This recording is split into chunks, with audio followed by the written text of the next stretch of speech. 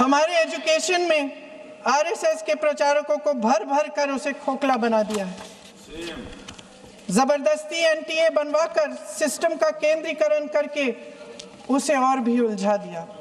देश के कुल बजट में, हाँ जी जबरदस्ती, आपने अभी अभी सुना तमिलनाडु के हमारे साथी क्या कह रहे थे। देश के कुल बजट में एजुकेशन बजट की हिस्सेदारी हर साल बढ़ाने की बजाय घटती जा रही है। 1.4 लाख करोड़ रुपया का पूरा बजट एजुकेशन बजट है और 1.32 लाख करोड़ सिर्फ नीट देने वाले 22 लाख बच्चों के परिवारों से हर साल खींचा जाता है। एक और शर्मनाक आंकड़ा भी है। 1.4 लाख करोड़ रुपया हमारा पूरा एजुकेशन बजट और 16 लाख करोड़ रुपए जो मौजूदा सरकार ने बड़े उद्योगपतियों के लोन माफ किए हैं।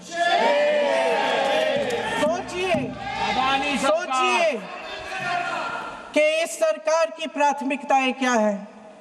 सच ये है अध्यक्ष महोदय कि जिस तरह अस्पताल में उस छात्रा की मां का विश्वास पूरे सिस्टम से हट गया है, उसी तरह देश के युवाओं का भरोसा इस पूरे सिस्टम से टूट चुका है।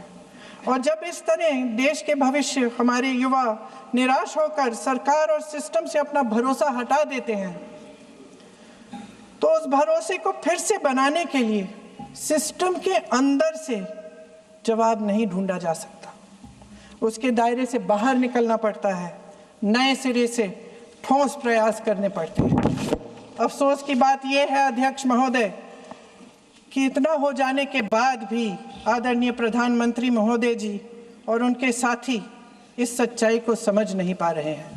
वे अभी भी ये सोच रहे हैं कि पीआर, नैरेटिव चेंज और पालतू मीडिया के सहारे एक बार फिर उनकी नैया पार हो जाएगी।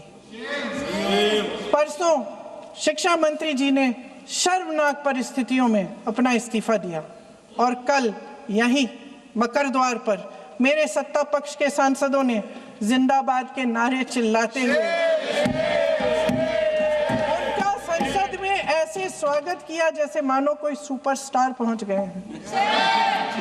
विडंबना देखिए महोदय, जब भूतपूर्व शिक्षा मंत्री को मुकुट पहनाया जा रहा था, स्वागत हो रहा था उनका, तब महाराष्ट्र में एक परिवार पेपर लीक पीड़ित अपनी बेटी की आत्महत्या का शोक मना रहा था।